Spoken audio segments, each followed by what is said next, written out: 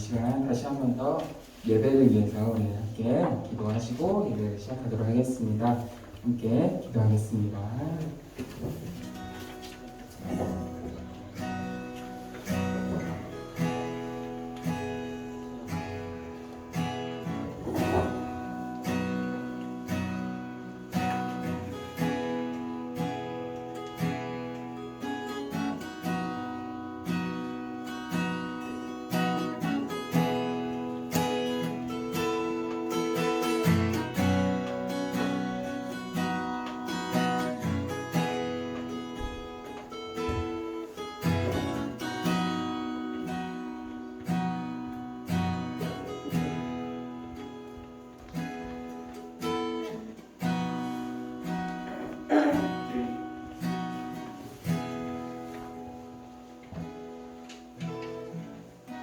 예수님의 이름으로 기도합니다. 아멘.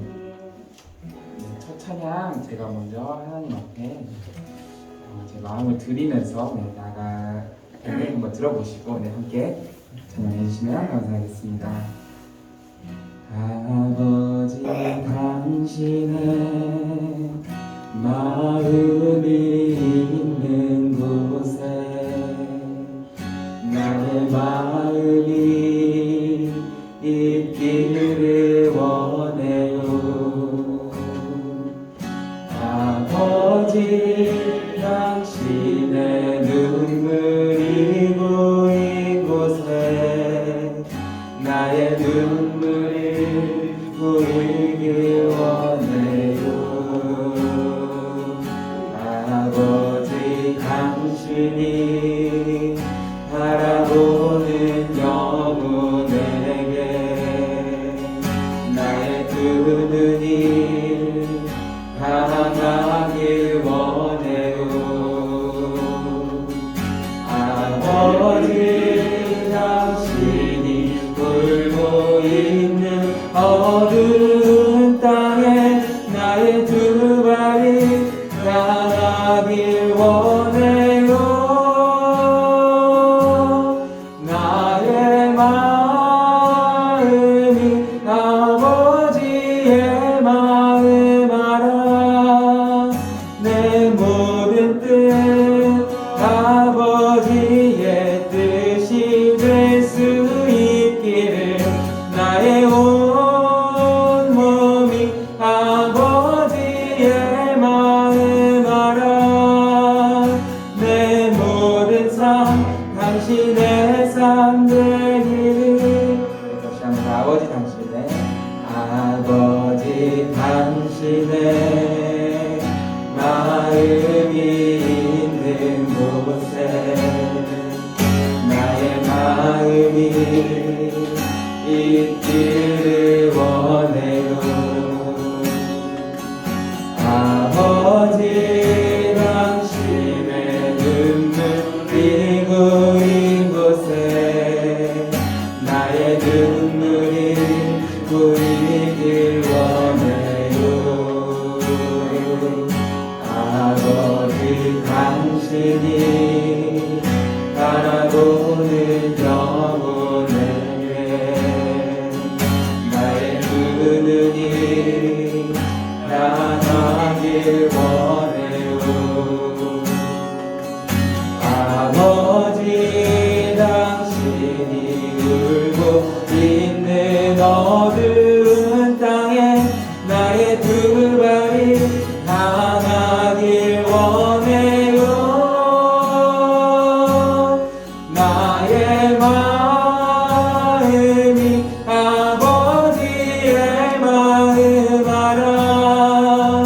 내 모든 뜻 아버지의 뜻이 될 수 있기를 나의 온 몸이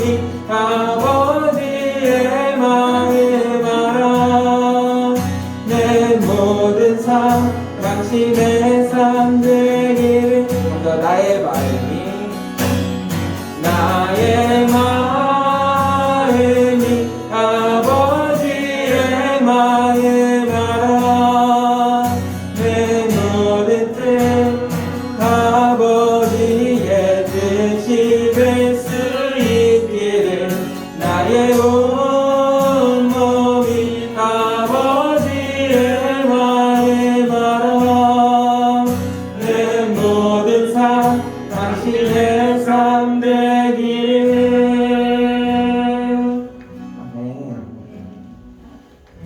하나님 아버지의 마음이 있는 곳에 우리의 마음이 가고, 하나님 아버지의 눈물이 보인 그곳에 우리도 같이 눈물이 보이며, 그리고 하나님 아버지가 바라보는 그 영혼에게 우리의 시선이 향하는 그런 우리가 되기를 소망합니다. 아멘.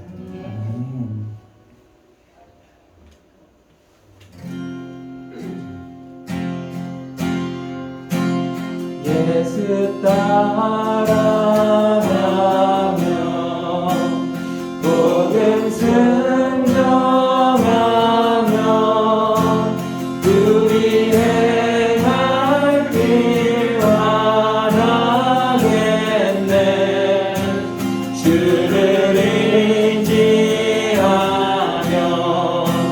순종하는 자를 주가 늘 함께 하시리라.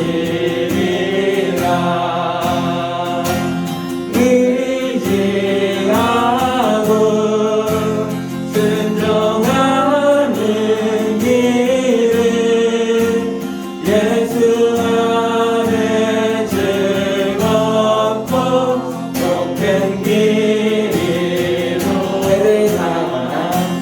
배를 당하거나 우리 고생할 때 주가 위로해 주시겠네. 주를 의지하며 순종하는 자를 주가 위해 주시리라.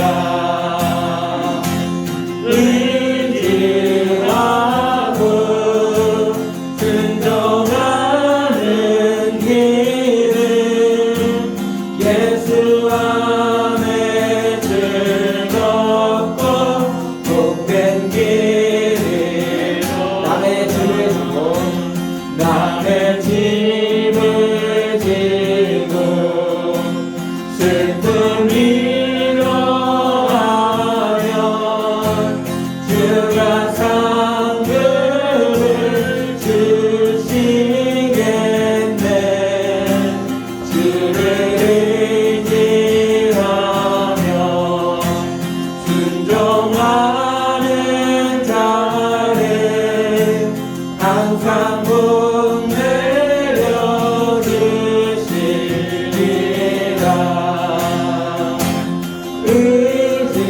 의지하고 순종하는 길은 예수 안에 즐겁고 복된 길이. 5절입니다. 주를 힘입어서 주를 힘입어서 말씀 잘 배우고 주를 모시고 살아가세.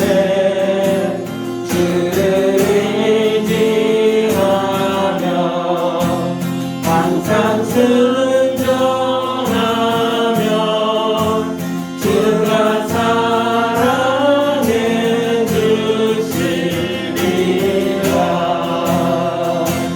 의지하고 순종하는 길은 예수 안에 즐겁고 복된 길이로. 의지하고 순종하는 길. 의지하고 순종하는 길은 예수 안에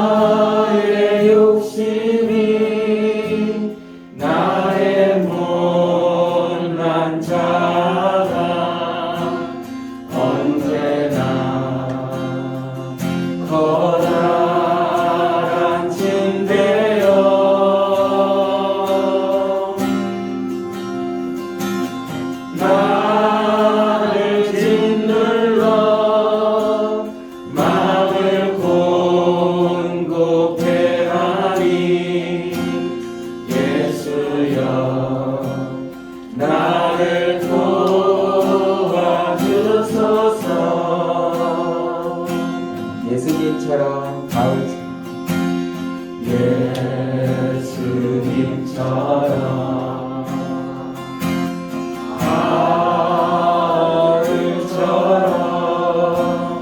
그렇게 살 순 없을까?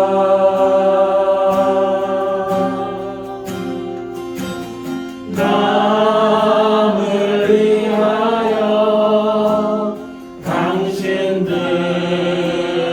온몸을 온전히 버리셨던 것처럼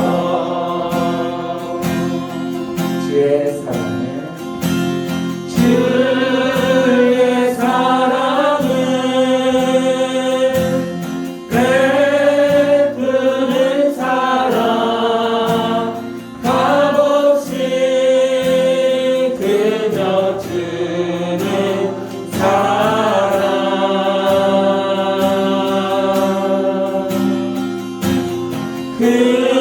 그러나 나는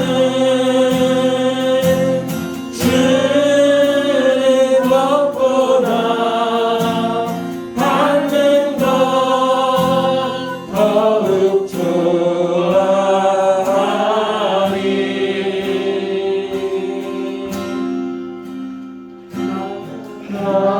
나의 입술은 주님 닮은 듯하나 내 맘은 아직도 주하여 아들 사랑만 계수하고 있으니 예수여 나를 도와주소서.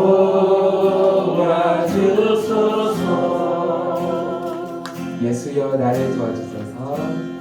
예수여 나를 도와주소서.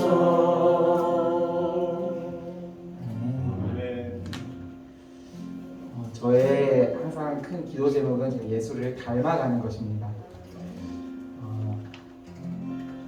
아직 많이 부족하죠. 아직 많이 갈 길이 멀는데 저는 그래도 언제나 예수님을 닮아가려고 노력을 합니다. 그리고 우리가 그렇게 예수님을 닮아가면은 우리 자신이, 그리고 우리의 가정이, 우리의 직장이, 그리고 우리의 교회가 정말 더 아름다운 그런 모습들로 변해갈 것이라고 저는 생각을 합니다. 그래서 우리 성도님들께서 언제나 예수님을 따라가는, 그리고 예수님의 그 마음이 있는 곳에 우리도 그 마음을 두는 우리들이 되기를 소망하며 함께 예배 자리로 나아가겠습니다. 함께 기도하겠습니다.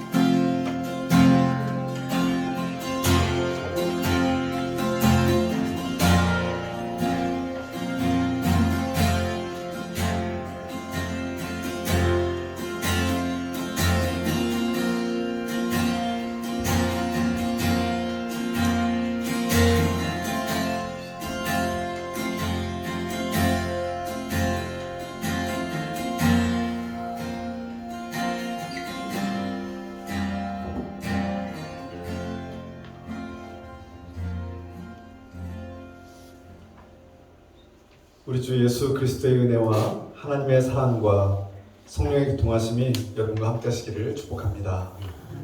다 같이 사도신경으로 우리 신앙을 고백하겠습니다. 전능하사 천지를 만드신 하나님 아버지를 내가 믿사오며 그 아들 우리 주 예수 그리스도를 믿사오니 이는 성령으로 잉태하사 동정녀 마리아에게 낳으시고 본디오 빌라도에게 고난을 받으사 십자가에 못 박혀 죽으시고 장사한 지 사흘 만에 죽은 자 가운데서 다시 살아나시며 하늘에 오르사 전능하신 하나님 우편에 앉아 계시다가 저로서 산자와 죽은 자를 심판하러 오시리라.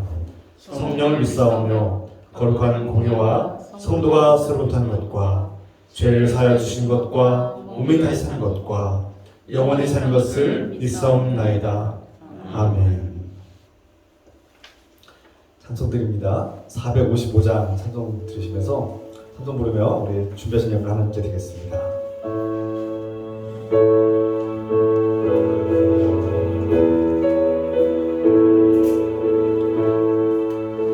주님의 마음을 본받는 자 그 마음에 평강이 찾아오는 험악한 세상을 이기니 하늘로부터 이 마음이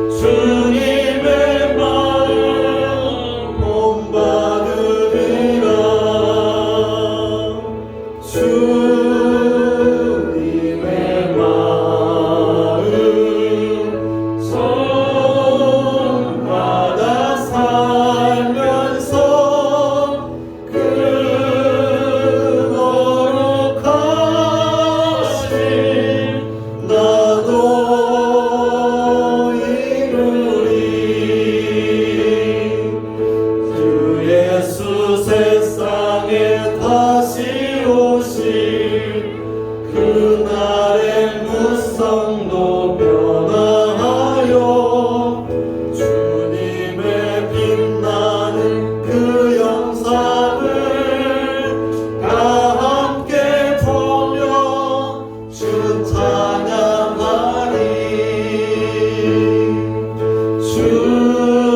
주님의 마음 본받아 살면서 그 거룩하심 나도 이루리.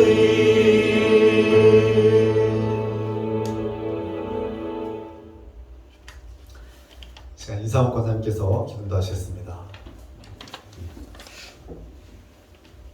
사랑하는 하나님 아버지, 주님께 기쁨과 감사의 마음으로 예배드립니다.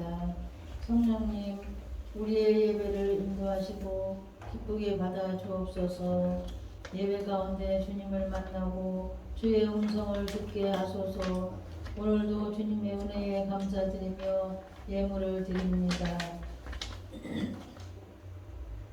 우리가 드리는 몸과 마음의 예물을 기쁘게 받아 주옵소서. 주님, 우리의 가정을 필요를 채워주시고 돌봐 주옵소서.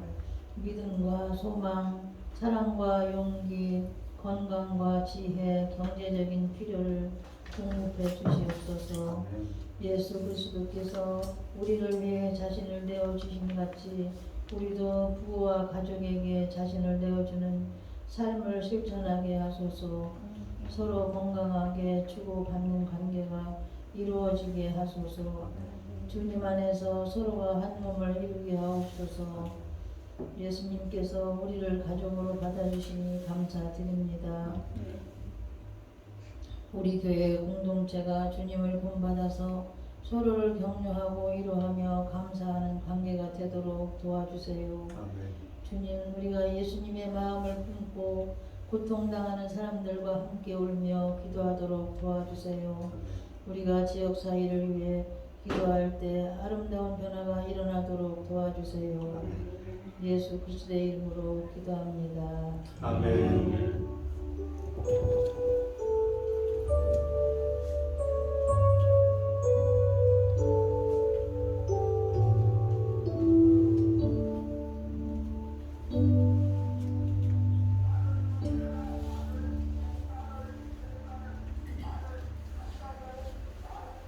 주의 이름으로 서로 환영하며 인사합시다. 주의 이름으로 환영합니다.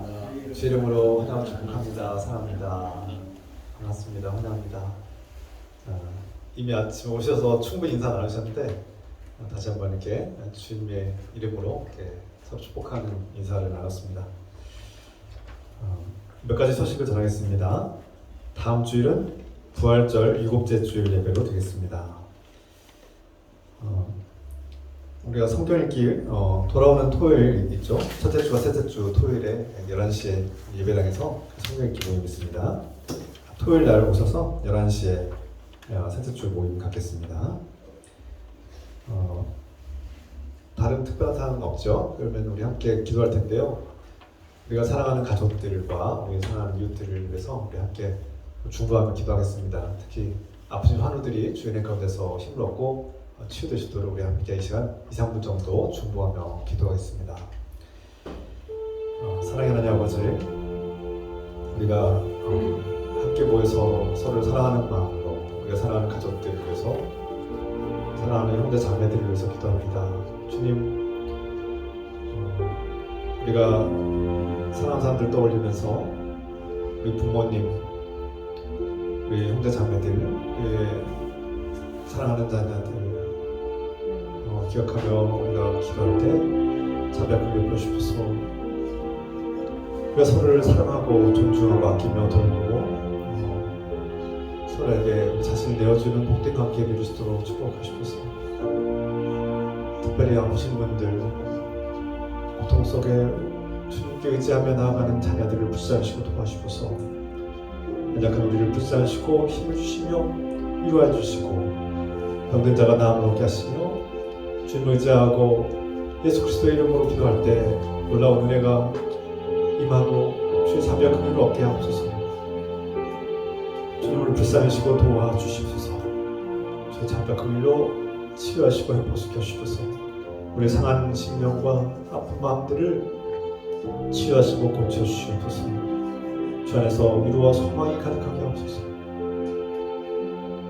성령님, 우리의 생각과 마음을 인도하시고 응답하여 주시옵소서.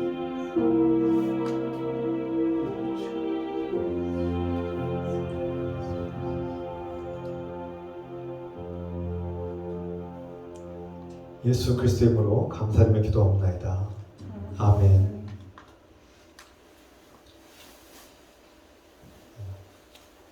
시간은 다 함께 자리에서 일하셔서 하나님의 말씀 함께 보겠습니다. 오늘 하나님께서 우리에게 주시는 말씀 에베소서 5장 22절로 33절까지 말씀을 함께 읽겠습니다. 제가 한 절, 여러분이 한 절씩 교독합니다. 아내들이여 자기 남편에게 복종하기를 주께 하듯 하라.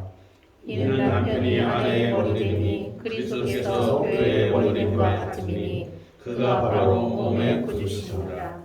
그러므로 교회가 그리스도에게 하듯 아내들도 범사에 자기 남편에게 복종할지니라.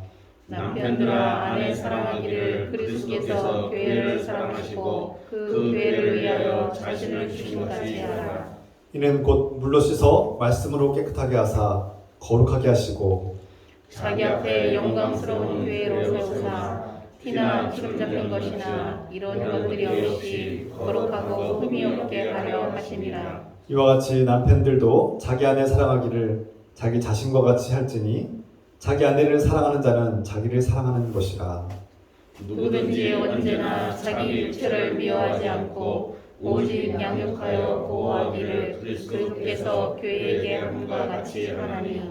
우리는 그 몸의 지체입니다. 그러므로 사람이 부모를 떠나 그의 아내와 합하여 그들이 한 육체가 되지니. 이 비밀이 크도다. 나는 그리스도와 교회에 대하여 말하노라.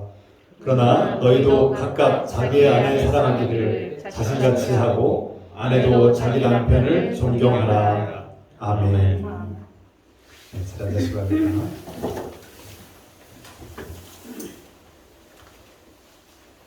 어느 방송에서 부부의 갈등과 어려움과 고통을 이렇게 방영하는 장면을 보았습니다. 그 방송에 나온 부부는 서로 대화가 제대로 이루어지지 않고 소통이 되지 않아서 갈등이 불거지고 오랜 세월 동안 갈등이 깊어지면서 관계가 악화되고 헤어질 위기에 처한 그런 과정이었습니다. 언쟁과 갈등이 깊어지고 서로 상처 주는 말을 하기 시작하면서 이 가정은 서로 불평하고 원망하고 또 상처가 쌓이는 그런 모습이었습니다. 그래서 이제 전문 상담가에게 유명한 전문 상담가와 여러 도움을 받아서 이 가정이 서로에 대한 어떤 존중하는 법을 배우고 대화하는 법을 배우고 서로의 마음을 헤아리고 이제 존중해주고 받아주고 포용하는 그런 모습으로 이렇게 나아가면서 이 가정이 그 위기를 벗어나고 다시 화목해지는 모습을 보았습니다. 그래서 서로 사랑하지만 어느 때부턴가 서로에게 실망하고 서로에게 상처를 줌으로써 이 관계가 깨어질 때 끝난 것이 아니라 희망이 있구나. 다시금 우리가 존중하는 마음을 다시금 회복하고 서로의 마음을 헤아리고 다시 나의 말과 행동을 변화시키면 이 관계가 개선된다는 것을 보여주고 희망을 주는, 그리고 실제로 그 가정이 그 변화를 통해서 부부간의 관계가 회복되고 또 자녀들과의 관계가 자녀들의 문제가 해결되는 것을 보았습니다.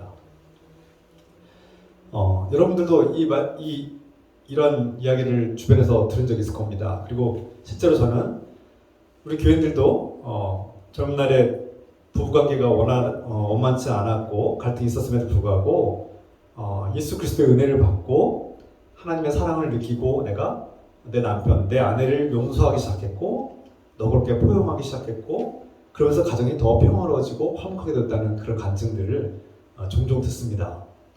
그리고 제가 볼 때 여러분들의 가정도 그런 변화, 인간적인 아픔과 연약함도 있었지만 예수 그리스도의 사랑으로 서로를 품어주고 서로를 위로하고 용납함으로써 그렇게 조금씩 변화되고 나아지는 그런 복된 가정이 되었다는 것을 제가 알고 있습니다.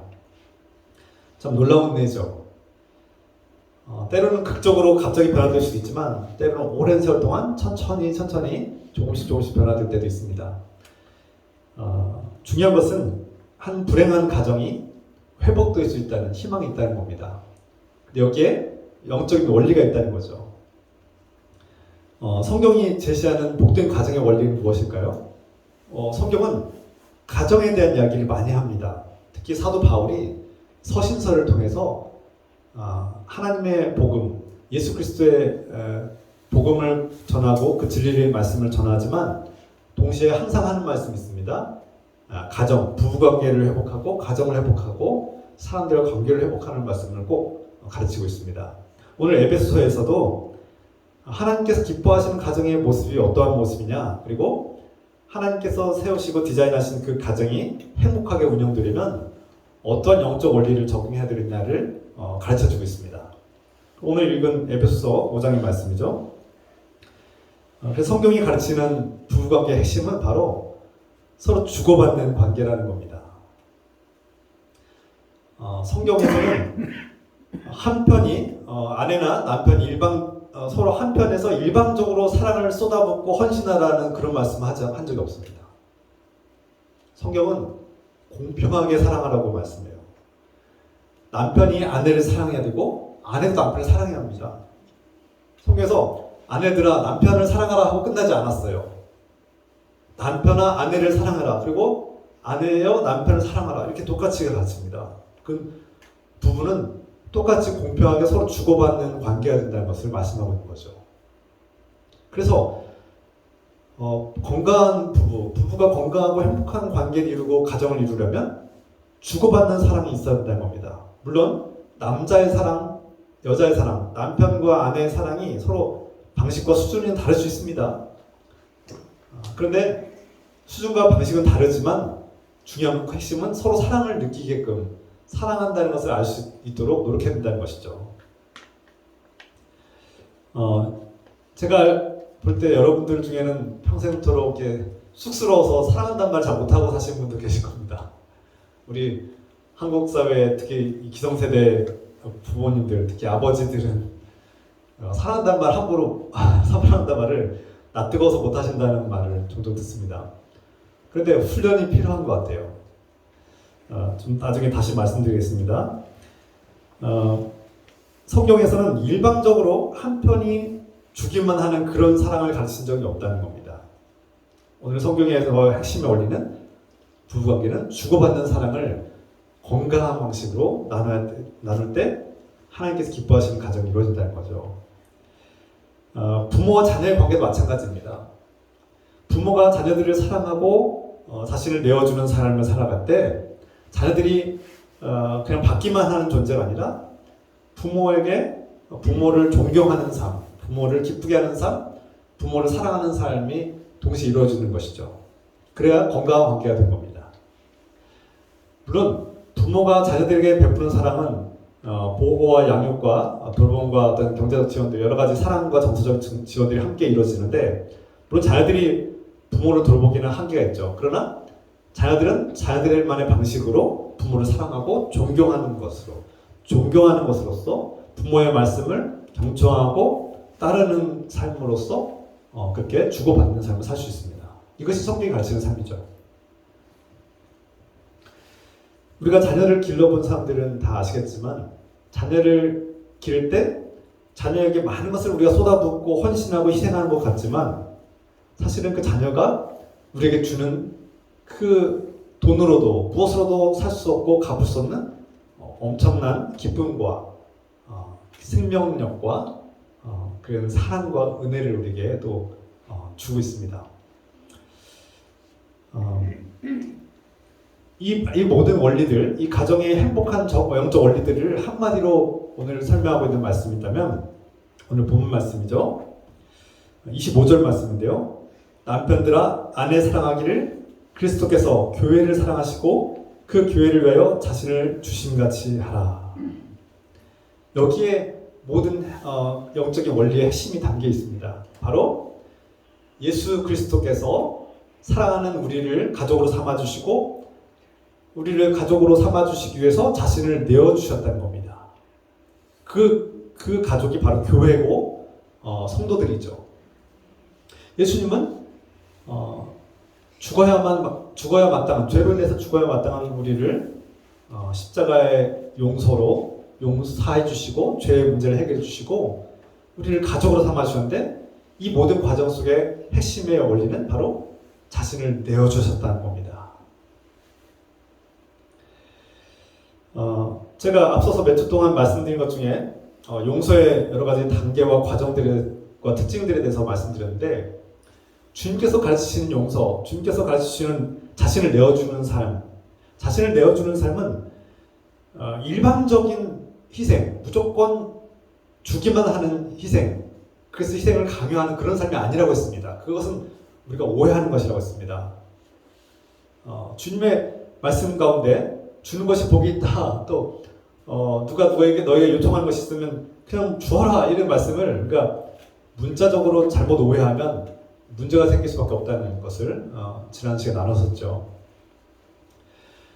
그래서 우리는 오히려 사랑하는 사람에게 자신을 내어줄 때는 모든 것을 걸어야 되는데요. 여기에는 정말 지혜와 분별력이 필요합니다. 우리가 나 자신을 내어주는 것은 말이 쉽지 현실에서 실천하는 것은 너무나 어려운 일이에요. 여러분 일평생 동안 살면서 나 자신을 온전히 누군가에게 내어준 적 있으십니까? 제가 돌아볼 때 드문 것 같아요. 거의 없는 것 같아요. 내가 누군가를 위해서 나 자신을 온전하고 순수하게 내어준 적이 있는가? 그것은 참 어려운 일입니다. 그런데 이 말씀이 어렵지만 사실 이미 저와 여러분들은 완벽하지 않을지라도 부분적으로나마 이 말씀을 실천하고 살고 있는 것을 우리가 알 수 있습니다. 어떻게 실천하고 있을까요? 좀 더 천천히 나눠볼 텐데요. 이 말씀이 어렵지만 이미 여러분들은 이 예배 가운데 이미 자신을 내어주는 삶을 실천하고 있는 것이죠.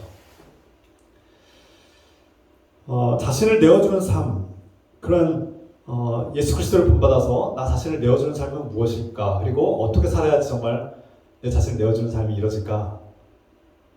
또 주님께서 교회를 위해서 나 자신을 내어주신 그 사랑은 우리가 이 땅에서 어떻게 실천하고 살 수 있을 것인가를 오늘 나누려고 합니다. 먼저 자신을 내어주는 사람의 특징은 자신을 사랑하는 법을 아는 사람입니다. 나 자신을 누군가에게 내어준다는 것은 자신을 사랑할 줄 알기 때문에 가능한 일이죠. 그래서 오늘 본문의 말씀에서도 배우자에게 자신을 내어주는 삶, 배우자를 섬기고 사랑하는 삶은 곧 자신을 사랑하는 삶이다. 역으로 자신을 사랑하는 사람은 곧 배우자를 사랑하게 되어 있습니다라고 가르치고 있습니다. 이 배우자라는 이제 상징적인 배우자라는 단어에는 나의 사랑하는 자녀들, 사랑하는 부모님, 사랑하는 형제 자매들, 이웃들이 다 포함될 수 있습니다. 이것은 부부 관계를 통해서 또 그리고 우리가 살아가는 모든 사람들과의 관계 속에서 적용될 수 있는 영적 원리죠.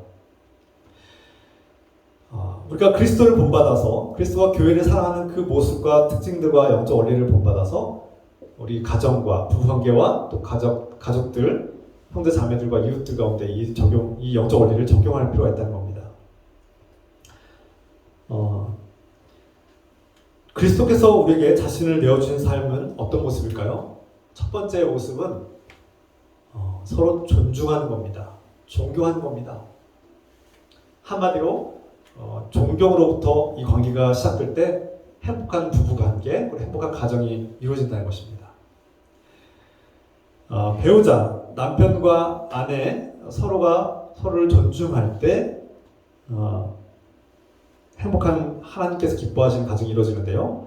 오늘 23절 말씀 보면 그리스도께서 너의 머리됨과 같이 이렇게 말씀하고 있죠. 그리스도가 우리의 리더가 되시고 주님이 되시고 지도자가 되실 때 우리가 그분을 따르고 그분이 우리 삶을 인도하실 때 우리는 복되고 아름다운 삶을 살 수 있죠. 이 말씀을 우리가 우리 삶에 적용하라고 하는 것입니다. 이 말씀을 역설적으로 이해하면 예수님이 우리 가정의 중심이 되시고 가장이 되실 때 행복한 가정이 이루어지는데 그 가정의 모습은 부부가 서로를 바라볼 때 그 사람이 나의 지도자요, 내가 따라야 될 사람이다 라고 바라보라는 뜻입니다. 남편도 마찬가지입니다. 아내도 마찬가지고요. 가부장제 사회에서는 남편들이 주가 되고 아내가 남편을 따라야 되는 그런 서열이 존재했지만 성경에서는 사실 그 서열은 무의미하고 중요하지 않다고 설명하는 거예요. 앞서 말씀드렸죠? 우리가 아내들이요 남편에게 복종하라 이 말씀을 우리가 들을 때 오해할 수 있어요. 거부감이 들지 않습니까? 가부장제 사회도 아닌데 이 시대에 맞지도 않는 말씀 전 드립니다. 그러나 그런 뜻이 아니에요. 주님께서 앞서 말씀드린 것처럼 제가 그런 오해를 가질까 봐 여러분들이 말씀드렸죠. 성경이 가르치는 분명한 핵심적인 원리는 부부관계는 서로 공평하게 주고받는 관계가 되어야 된다는 것입니다. 그래서 오늘 우리가 이 원리를 잘 알지 못하면 성경 말씀을 오해하게 되어 있습니다. 시대에 맞지 않는 거부감이 일어나는 그런 말씀을 들을 수 있어요. 그래서 주님 말씀은 그런 말씀이 아니에요. 예수님께서 자신을 내어주는 사람은 어떤 서열과 권력과 복종의 관계가 아닙니다. 서로를 바라볼 때 나의 머리라고 바라보고 나의 머리로서 내가 따르고 존중해야 될 사람으로 바라보라는 뜻입니다. 이것은 아내가 남편에게만 적용하는 것이 아니라 남편도 아내에게 적용해야 되는 동일하게 적용될 말씀입니다. 그래서 서로를 내가 따르고 경청해야 될 사람으로 바라볼 때 행복한 부부관계가 이루어진다는 것이죠. 이것은 부부관계뿐만 아니라 부모 자녀 관계, 또 형제 자매들과의 관계, 이웃들과의 관계에도 적용됩니다. 누가 내 말을 경청할 때 신뢰와 사랑과 복된 관계가 이루어지죠. 반면에 내 말을 무시하고 듣지 않는 사람과는 좋은 관계를 이룰 수 없을 것입니다. 예수님께서 스승임에도 불구하고 제자들에게 주님이시지만 제자들의 발을 씻겨주는 장면이 성경의 복음서에 그렇게 기록되어 있죠. 예수님께서 그 당시에 스승님은 그림자도 밟지 못한다는 그런 우리 속담도 있듯이 제자들이 예수님을 선생님이자 또 하나님께서 보내신 메시아 주님으로 믿고 있는데 그분이 우리의 발을 씻겨준다는 것을 상상해 보십시오.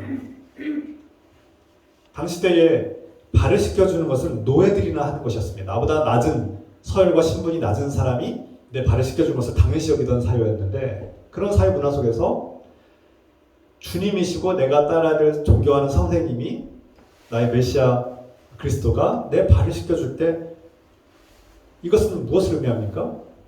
바로 주님의 사랑은 서로를 존경하고 존중하되 낮아지고 겸손하게 섬길 때 그 사랑이 완성되고 그런 서로를 섬기고 사랑하고 자신을 내어주는 그 사랑이야말로 우리가 본받아야 될 주님의 모습임을 가르쳐주고 있습니다.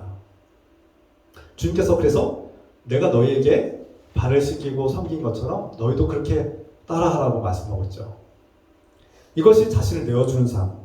그러니까 자신을 내어주는 삶이란 것은 어떻게 보면 단순하고 쉬운 것입니다. 발을 씻겨주는 것부터 시작해요. 그러나 그 발을 씻겨주는 것은 우리 자신의 서열과 체면과 사회적 신분과 지위와 수많은 사회적 기준들을 내려놔야만 가능한 것이죠. 그래서 어렵습니다. 절대 불가능하게 여겨지는 우리 성도님이 가끔씩 하시는 말씀이 있어요. 당시대 그 사회 문화 속에서는 어렸을 때부터 남자가 주방에 들어가서 살림을 하는 것은 해서는 안 되는 금기상이었죠. 요즘 시대가 바뀌었지만 어르신들은 그런 삶을 살아왔단 말이죠. 그런데 그것이 그 당시에는 아주 엄격한 사회 문화 속에서는 그것이 남자가 해서는 안 되는 일처럼 여겨졌지만 사랑은 그것을 뛰어넘을 수 있도록 하는 용기와 힘을 준다는 것이죠. 사랑하는 아내와 가족들 위해서 내가 사회적 체면과 지위와 서열과 어떤 문화를 뛰어넘어서 주방에 들어갈 수 있게 되는 겁니다. 주방에 들어가서 설거지를 하고 요리를 하고 아내를 돕게 되는 거예요. 그것이 남자의 체면과 가장으로서의 체면과 유계질서가 깨지는 그런다고 생각하면 못하죠. 그런데 사랑하기 때문에 자신의 서열과 체면과 유계질서를 내려놓고 주방에 들어갈 수 있는 남편이 되는 겁니다. 우리 성도들은 다행히 그렇게 우리 권사님들 집사님 보면은 참 잘하세요. 훌륭한 모습이죠. 그 그리스도인이기 때문에 그리스도인들이 그런 가정에서 우리 한국 사회의 전통과 관념과 또 사회적 체면과 위신들을 내려놓을 때 가정에 평화가 일어나지 않습니까? 바로 그런 겁니다. 자신을 내어주는 거죠. 자신을 내어준다는 것은 참 어려운 일 같고 어떻게 보면 불가능한 일 같지만 이미 여러분들은 가정에서 부부관계 속에서 남편으로서 그렇게 실천하고 있는 겁니다. 저는 그래서 참 아름답게 보고 있습니다. 예수님께서 제자들의 발을 씻겨준 것은 그 당시에 금기사항 같은, 선생님이 감히 제자들의 발을 만지는 것은 금기사항 같은 거예요. 그런데 체면이나 사회적 유신이나 서열은 다 버렸습니다. 그리고 제자들의 발을 씻기는 그 모습이야말로 사랑의 시작인 것이죠. 바로 우리 그리스도인들이 본받아야 될 모습입니다. 한마디로 예수님께서 우리에게 가르쳐주는 자신을 내어주는 사랑을 쉽게 말하면 친구가 되라는 겁니다. 친구. 부부관계 속에서 서열 같은 거, 사회적 지위나 힘과 권력 같은 거 따지지 말고 좋은 친구가 되라는 겁니다. 서로 신뢰하고 서로의 말을 경청하는 좋은 친구가 되어주라는 거 아니겠습니까? 그래서 저는 자신을 내어주는 삶 하면은 너무 어렵게 느껴지고 우리가 실천하기 어려울 것 같은 예수님의 그 거룩한 사랑을 우리가 감히 따라갈 수 있을까라는 생각이 듭니다. 그런데 서로 좋은 친구가, 신뢰할 만한 좋은 친구가 되라는 말은 실천할 수 있지 않을까요? 두 번째로 사랑하는 사람을 존중하고 존경하기 위해서 구체적으로 해야 할 일은 서로의 말을 경청하는 겁니다.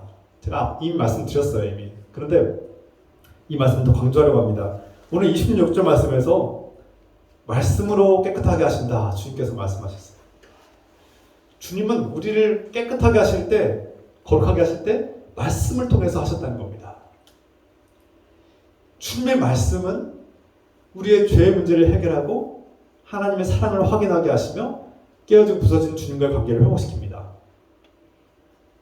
그래서 이 관계에서 부서지고 깨어진 죄로 물들어서 죄로 인해서 우리 연약함으로 인해서 이 서로 사랑의 관계를 깨트리고 상처를 주고 불행한 관계를 만드는 우리의 죄성이 있다는 거죠. 그런데 이 죄의 문제와 죄성을 뛰어넘기 위해서는 주의 말씀이 우리 안에 들어와야 된다는 겁니다. 이 말씀이 중심이 되고 말씀을 따르는 가정과 그런 부부 관계가, 그런 가정이 바로 행복한 가정의 원리이고 핵심이죠. 주님의 말씀을 경청할 때, 우리가 주님의 말씀을, 주님을 우리 가정의 가장으로 여기고 그 주님의 말씀을 경청하고 따를 때 우리 가정이 복되고 아름다운 가정이 되는데요. 이것이 주님께서 우리에게 주신 영적 원리입니다. 근데 이 영적 원리가 부부관계에도 적용된다는 거예요. 부부관계 속에서 서로의 말을 경청할 때 서로 존중하게 되고 서로의 상처가 해결되고 회복되신다는 겁니다. 서로의 말을 경청하고 존중하고 들을 때 깨어지고 부서진 관계의 상처가 회복되고 치유되고 하나님께서 기뻐하시는 관계가 이루어진 것이죠. 하나님께서 말씀을 통해서 우리에게 역사하시고 말씀을 통해서 우리에게 사랑을 표현하시고 말씀을 통해서 우리 삶을 이끌어가지 않습니까? 여러분, 그래서 제가 앞서 말씀드린 것처럼 우리 지역의 문화와 특성상 자신의 마음과 생각들을 잘 표현하는 게 약한 것 같아요. 우리 어르신들은 특히 부부 사이에서도 또 자녀들에게도 내가 사랑한다는 말을 잘 못하시는 것 같아요. 그렇게 훈련을 받아본 적도 없고 들어본 적도 별로 없고 부모님께 사랑한다는 말을 들어본 적도 별로 없고 또 나도 해본 적이 없으니까 안 되죠. 그런데 자꾸 훈련을 해야 될 것 같습니다. 그래서 저도 잘 안 돼요. 저도 우리 부모님께서 저에게 사랑한다는 말을 잘 안 하셨어요. 사랑하는 거 맞아요. 부모님처럼 사랑하는 거 맞는데 사랑한다는 말 잘 안 하세요. 왜 안 할까? 돈 드는 것도 아닌데. 그 말 하면 큰일 나는 줄 알아요. 제가 그래서 나는 그러면 안 되겠다. 내 사랑이 완벽하진 않습니다. 부족하고 불완전한 사랑이면 맞습니다. 그럼에도 불구하고 표현하지 않으면 알 수 없는 거예요. 저 사람이 날 사랑할까? 사랑하지 않을까? 우리는 사람의 마음을 꿰뚫어 볼 수 없어요. 우리 능력의 한계상 누군가의 마음을 그 사람이 날 사랑하는지 안 사랑하는지 알 수가 없어요. 초능력이 없어요. 그런 능력이 없어요. 어떻게 합니까? 말을 해줘야 돼요. 근데 말을 안 해요. 그러면 내가 사랑받는지 안 받는지 알 수가 없어요. 물론 어떤 사람들은 말합니다. 꼭 말해야지 아냐? 내가 평소 장애에게 월급 갖다 주고 이렇게 설거지 해주고 집안 청소해주고 하면 알아, 내가 사랑하는 거 알잖아. 물론 그것도 사랑의 표현입니다. 사랑하기 때문에 먹여주고 돌봐주고 입혀주고 그거 사랑이죠. 그런데요, 그 사랑을 또 온전하고 돈독히 하려면 말을 해야 합니다. 그래서 하나님은 우리를 향해서 사랑한다고 말하지 않습니까? 성경을 통해서 보면 내가 너희를 사랑한다. 그렇게 끊임없이 반복해서 말씀하지 않습니까? 여러분들도 주님을 본받아서 예수님께서 제자들에게 나의 사랑하는 자녀들아, 나의 사랑하는 제자들아, 내가 너희를 사랑하고 축복한다. 늘 말씀하셨던 것처럼 두려워하지 말아라, 걱정하지 말아라, 내가 너희와 함께하겠다. 사랑한다는 표현 아닙니까? 그래서 제가 저도 잘하지 못하지만 이 아내에게 사랑한다는 말을 가끔씩 합니다. 그리고 자녀들에게도 사랑한다는 말을 종종 해요. 이 표현을 안 하면 잘 못 느낄 뿐만 아니라 잘 안 나오게 되고 안 하게 됩니다. 사랑한다는 말 그렇게 어렵지 않습니다. 그냥 하면 됩니다. 그리고 자주 하면 더 잘할 수 있습니다. 오늘 가셔서 부부의 날, 또 부모, 어버이날, 가정의 달 아닙니까? 적어도 오늘 이 말씀을 들으신 여러분들은 오늘 가셔서 부모님께, 사랑하는 배우자에게, 또 자녀들에게 내가 사랑한다. 잘 안 나올 겁니다. 잘 안 될 거지만 꼭 순종하는 마음으로 해보시길 부탁드립니다. 여러분들이 내가 과연 사랑할까 질문하실 수 있지만 이미 사랑하고 있고요. 이미 또 사랑해왔고요. 여러분 또 앞으로 사랑할 겁니다. 그 사랑이 불완전할지라도 여러분 표현하시길 부탁드립니다. 그리고 가장 좋은 사랑의 방법은 바로 내 배우자, 내 부모님, 내 자녀들의 말을 경청하는 겁니다. 어떤 말이든 끝까지 들어주고 그 마음에 말을 하는 그 마음을 헤아리고 공감하고 이해하려고 노력하는 자세와 태도가 필요합니다.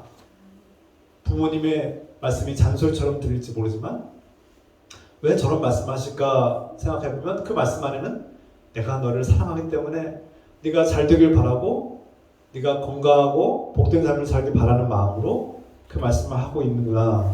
그 마음을 헤아리면 고맙게 느껴지죠. 우리 어머님은, 우리 아버님은, 우리 아버지는 저런 말을 통해서 나를 사랑한다는 말을 표현하고 있구나. 근데 부모님들도 자녀들을 아끼고 사랑하기 때문에 그런 말씀 하시는데 자녀들이 싫어하고 좀 기쁘게 듣지 못하는 말들은 다른 말들로, 사랑한다는 말로, 그리고 내가 너를 걱정하기 때문에 이런 말들을 하고 있다라고 진심 어린 그런 고백들을 하면 어떨까요?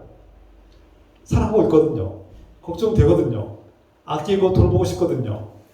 보호하고 싶어서 그렇게 하는 것인데 우리가 잘못된 모국어가 있어서 어렸을 때부터 잘못된 언어 습관이 있어서 사랑하면서도 사랑한다는 말을 하지 못하고 오히려 다른 말들을 함으로써 상처가 되지 않는가 돌아볼 필요가 있습니다. 우리 집사님, 말씀하시죠.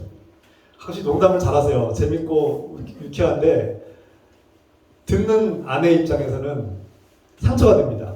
실컷 청소하시고 밥하시고 설거지 다 하시는데 마지막 한마디를 던지세요. 그러면서 꼭 상처 주는 말을 하세요. 아내에게는 비수가 되는 말씀하셔서 사랑해서 그렇게 섬기시고 봉사하시는데 그 말 한마디로 그 오히려 사랑이 오히려 느껴지지 못하게 하는 말들이 있습니다. 그게 어렸을 때부터 자신도 알게 모르게 배워진 말 습관인데요. 저도 그렇습니다. 저도 가족들에게 사랑하면서도 불구하고 봉사하고 섬기면서도 불구하고 말 한마디 잘못해서 까먹을 때가 있습니다. 그래서 자주 혼나요. 제가 아내한테. 당신은 다 봉사하고 다 수고했는데 말을 잘못해가지고 다 까먹는다고 화나게 한다고 사람한테. 저도 그런 말 종종 듣습니다. 우리가 행복한 가정의 영적 원리를 적용할 때 가장 중요한 영적 원리 중에 하나는 서로의 말을 경청하고 그 말을 통해서 그 상대방의 마음을 헤아리는 것이 행복한 가정과 관계를 이루는 영적 원리임을 우리가 기억합시다. 세 번째로 오늘 29절 말씀에서 그리스도께서 교회를 양육하고 보호하라고 말씀하시고 있습니다. 그리스도께서 교회를 양육하고 보호하듯이 너희도 그렇게 하라는 겁니다. 자신을 보호하듯이 나의 배우자, 나의 가족들을 양육하고 보호하는 것이 사랑의 중요한 영적 원리입니다. 주님을 본받는 사람들은 예수님께서 제 아들을 양육하고 보호하신 것처럼 지금도 교회를 먹이시고 돌보시고 지켜주시는 것처럼 서로를 지켜보고 서로의 필요를 알아채고 그 필요를 채우려고 노력하고 그래서 돌봄이죠. 돌봄을 하고 서로의 마음에 필요한 것들, 사람이 외롭지 않는가, 내 남편이, 내 아내가, 내 자녀들이 외로움의 고통을 갖고 있는지 아닌가 돌아보고 그래서 서로의 마음을 헤아리고 정서적으로나 물질적으로나 이렇게 채워주려고 노력하는 모습, 그것이 양육이고 돌봄 아니겠습니까? 나아가서 우리는 보호하는 법을 배워야 합니다. 앞서 말씀드린 것처럼 서로의 말을 경청하고 마음을 헤아리는 것이 보호의 시작일 수 있습니다. 내가 상처 주는 말을 하지 않으려고 노력하는 것이 보호의 시작이 아닐까요?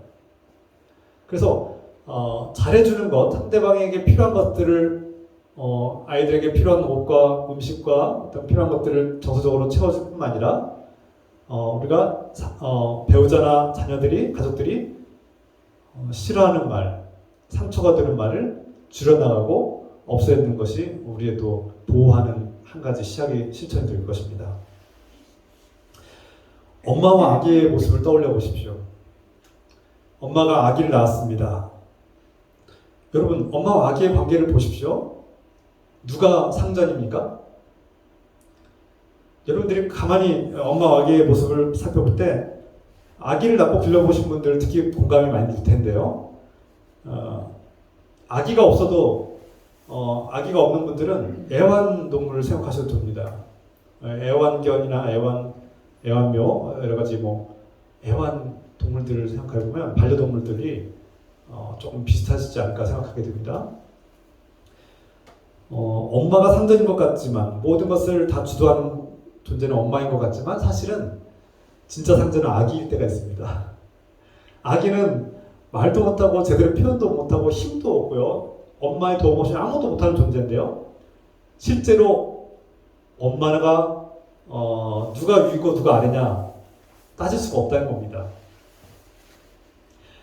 엄마가 힘이 있고 권력 있고 지식이 있고 능력이 있지만 아기 앞에서 꼼짝 못하는 엄마. 아기가 울면 젖달라고 하면 젖을 주고 아기가 기저귀 갈아달라고 울면 기저귀 갈아주고 때가 되면 씻겨주고 먹여주고 입혀주고 아기에게 온통 생각과 관심과 마음이 다 가 있죠. 엄마는 자신의 시간과 땀과 열정을 쏟아부으면서 자신을 내어줍니다. 아기를 키우는 일이 얼마나 어려운지요. 저도 그렇지만 아내가 아이들을 기를 때 정말 어렵게 아이들을 키운 것 같아요. 쉽지 않은 것 같습니다.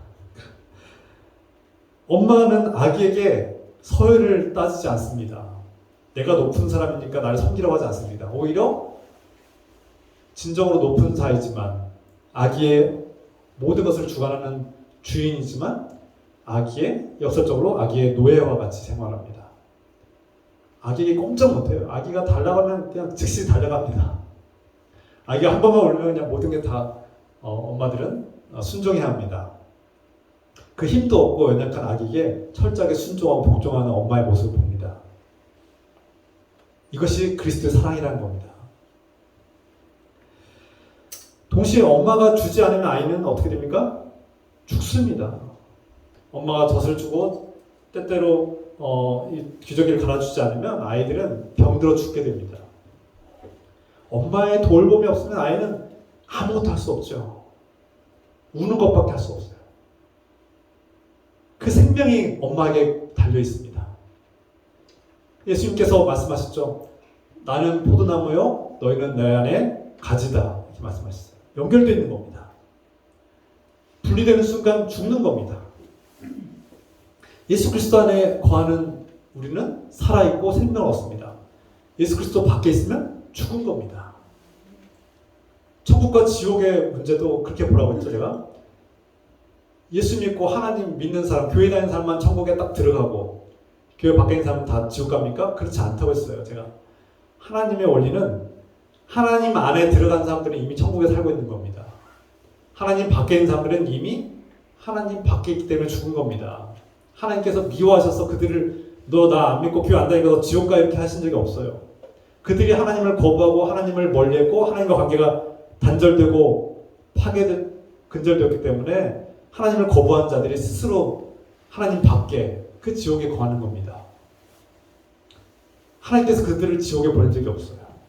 그들이 하나님을 거부했기 때문에 하나님 안에 들어가기를 거부했기 때문에 그들은 지옥에 있는 것이죠. 그래서 성경은 하나님 밖에 있는 사람들을 죽었다라고 표현한 겁니다. 다시 말해서 엄마가 없는 아기는 죽은 거예요. 예수 밖에 있으면 죽은 겁니다. 절대 권력자는 엄마이지만 엄마는 아기에게 철저하게 순종하고 복종합니다. 이것이 남편과 아내의 모습이에요. 남편들이 힘 있는 것 같고 권력 있는 것 같고 아내들이 남편에게 복종해라 이런 말씀으로 들으면 안 된다고 했습니다. 왜 그렇습니까? 부부는 서로 친한, 신뢰하고 존경하는 친구이기 때문에 자신을 내어주는 친구이기 때문에 누가 높고 낮으냐, 누가 먼저 존경받고 누가 복종해야 되냐 이런 서열의 관계가 무의미하다는 겁니다. 많은 사람들이 이 말씀, 오늘 읽은 에베소서의 말씀을 오해할 때가 많아요. 그래서 거부감을 일으킬 때가 많습니다. 특히 한국 사회에서 페미니스트들, 여성들이 이 말씀을 오해하고 하나님의 이 신적인 원리, 영적 원리를 오해하고 이 말씀을 거부해요. 거부감을 가져요. 근데 그런 말씀이 아니라는 겁니다. 성경이 가르치는 진짜 핵심적인 말씀은 이미 사회적인 체면과 서열과 차별을 뛰어넘는 겁니다. 그래서 서로 공평하게 주고받는 관계, 서로 존경하고 일방적인 관계가 아니라 서로 주고받는, 건강하게 주고받는 관계여야 되는 것이죠. 방식은 다르지만, 수준은 다르지만 건강하게 주고받는 관계가 이루어질 때 아름답고 복된 부부 관계, 복된 가정이 이루어지는 것이고요. 엄마와 아기처럼 누가 위냐 아래냐, 누가 상전이냐 노예냐, 누가 섬김을 받아야 되냐, 누가 섬겨야 되냐 이런 문제는 무의미하다는 겁니다. 서로 한 몸을 이루기 때문에 엄마와 아기는 한 몸이고 부부도 한 몸이고 부모와 자녀도 한 몸이기 때문에 서로 존중하게 돼 있고 서로의 말을 경청하고 서로의 마음을 헤아리면서 자신을 내어줄 때 하나님께서 우리를 사랑하시고 예수 그리스도께서 교회를 사랑하시는 그 사랑이 우리 가정에도 펼쳐지고 그 가정은 하나님 나라가 되는 것입니다. 비록 완성된 것은 아니지만 불완전하지만 우리 가정이 이미 하나님 나라를, 하나님의 통치와 하나님의 영적 원리가 적용되는 가정은 이미 하나님 나라가 시작된 겁니다. 여전히 문제가 있죠. 여전히 아직 소통도 안 되고 여전히 우리의 죄성은 남아있고 여전히 우리는 종종 상처 주는 말을 합니다. 여전히 농담이라고 했지만 상대방 기분이 나쁠 수 있고 화가 날 수 있어요. 우리의 죄성과 연약함, 우리가 잘못 배운 언어 습관, 그리고 아직도 사랑한다는 말을 못하는 우리의 연약함, 우리의 문화와 사회적인 이런 기준들은 여전히 불완전하고 연약한 우리의 가정의 모습을 보여줍니다. 완벽한 가정은 어디 있겠습니까? 그럼에도 불구하고 오늘 그리스도께서 교회를 사랑하고 어떻게 사랑하시는지 이 영적 원리를 우리에게 보여주셨고 이 영적 원리를 우리가 부부관계와 가정에 적용할 때 우리 가정은 변화될 수 있고 희망을 발견하고 깨어지고 부서진 관계가 회복될 수 있다는 것입니다. 그래서 우리는 예수 그리스도 안에서 궁극적인 목적은 한 몸을 이루는 것. 부부가 한 몸을 이루고 가정이 한 몸이 되고 하나가 될 때, 성도들이 한 몸을 이루고 하나가 될 때 하나님 나라가 아름답게 펼쳐지는 것입니다. 제가 이미 말씀드렸는데 앞서 말씀드린 것처럼 우리 사회적 기준이나 어떤 편견들이나 문화가 우리에게 사랑을 가로막을 때가 있습니다. 그것을 분별하고 자신을 내어주는 삶은 예수님께서 제자들의 발을 씻겨주는 것 같이 단순하고 작은 것으로부터 시작할 수 있습니다. 그러나 그 발을 씻기기까지는 그 사회적 금기와 사회적 차별과 사회적 문화와 그런 기준들을 뛰어넘어야만 합니다. 엄마가 아기를 돌볼 때 서열이나 체면은 없습니다. 그건 중요하지도 않아요. 따지지도 않습니다. 엄마가 아기를 돌볼 때 그 사랑을 여러분 떠올려 보십시오. 아기가 말도 못하고 예의도 차리지 않습니다. 아이들은 예의도 없어요. 그러나 아이들이 요구하는 것을 엄마는 경청합니다. 그리고 양육하고 돌보고 보호합니다. 최선을 다하죠. 자신을 내어주는 사랑입니다. 그 사랑으로 우리는 생명을 얻습니다. 오늘도 예수님은 저와 여러분들을 위해서 자신을 내어주십니다. 자신의 모든 것을 내어주셨습니다.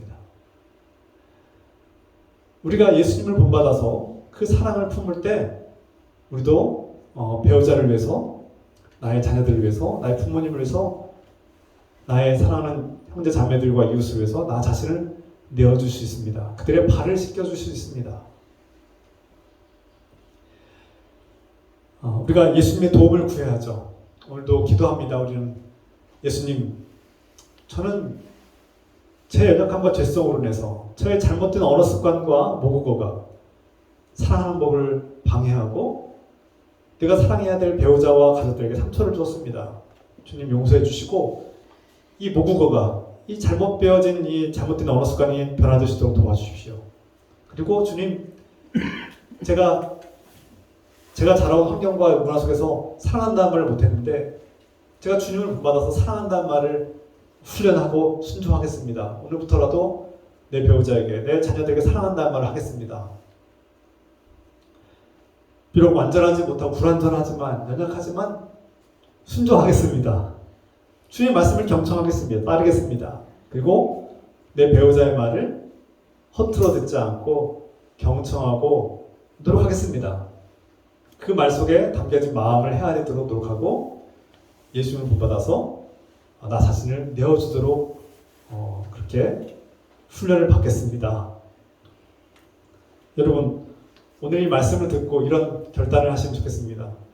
저는 이 말씀을 전할 때마다 참 괴롭습니다.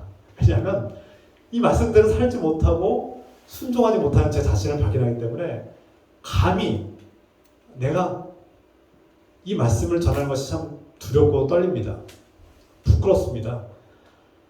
그럼에도 불구하고 저도 이 말씀을 듣고 전할 때마다 노력하겠습니다. 그리고 정말 하나님께서 기뻐하시는 이 영적 원리들이 우리 가정에서 살아 움직이고 적용되기를 실천하도록 노력하겠습니다. 여러분들은 어떻게 하시겠습니까? 오늘 가정의 날 맞이해서 부부의 관계, 하나님께서 기뻐하시는 복된 가정과 부부의 관계와 이런 영적 원리들이 적용되기를 주님의 이름으로 축원합니다. 모든 관계 속에서 우리 가정과 우리 부부와 가정뿐만 아니라 모든 관계 속에서 이 주님의 영적 원리가 적용될 때 하나님께서 기뻐하시는 관계가 이루어지고 정말 하나님께서 우리의 관계를 통해서 하나님 나라를 펼쳐가는 복된 관계가 이루어지기를 우리 주 예수 그리스도의 이름으로 축원합니다. 기도합시다.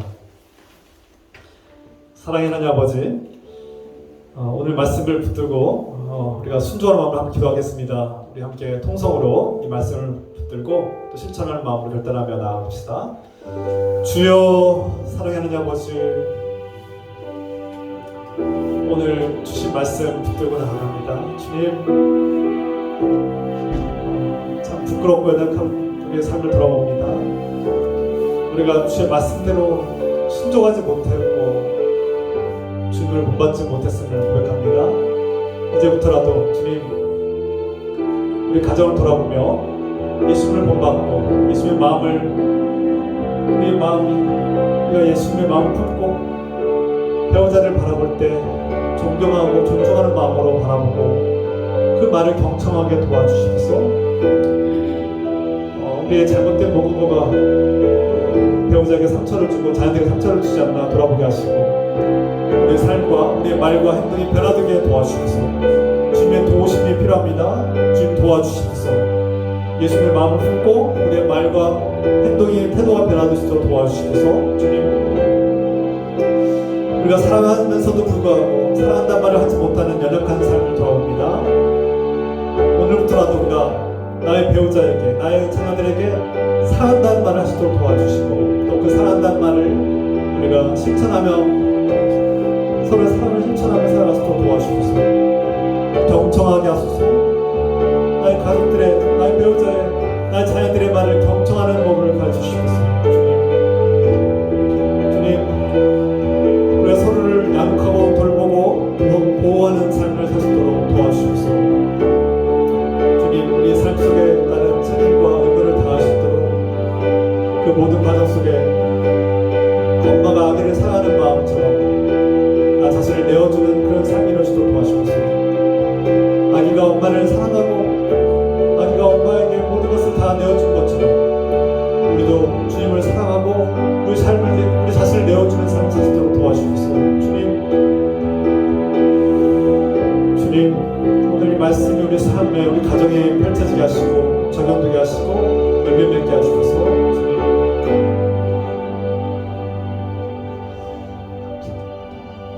이 말씀이 우리 삶에, 우리 가정에 열매 맺게 하옵소서. 풍성한 열매를 맺도록 도와주옵소서.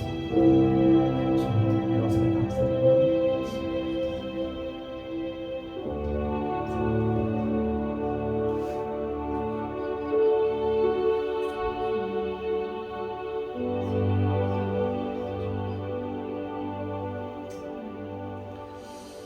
사랑하는 하나님 아버지, 주님께서 교회를 사랑하시고 자신을 온전히 내어주신 같이 우리도 주님을 본받고 우리가 사랑하는 배우자를 위해서 우리 자신을 내어주고 우리 사랑하는 가족들, 자녀들, 형제 자매들에게 우리 자신을 내어주는 삶을 본받고 배우게 하옵소서. 이를 위해서 우리가 서로를 존중하는 법을 배우게 하시고 서로의 말을 경청하게 하시며 서로의 필요를 알고 채워주고 돌보고 양육하고 보호하는 삶을 사시도록 축복하여 주시옵소서. 이제는 우리를 사랑하시고 자신을 온전히 내어주신 우리 주 예수 그리스도의 은혜와 우리를 온전히 사랑하시는 끝없는 하나님 아버지의 사랑하심과 이 순간에도 서로를 존중하고 사랑하고 자신을 내어주는 법을 가르쳐주시는 성령님의 교통과 역사하심이 오늘 기쁨교회 모든 성도들과 가정과 일터 위에 지금부터 영원토록 함께하여 주시기를 간절히 축원하옵나이다. 아멘.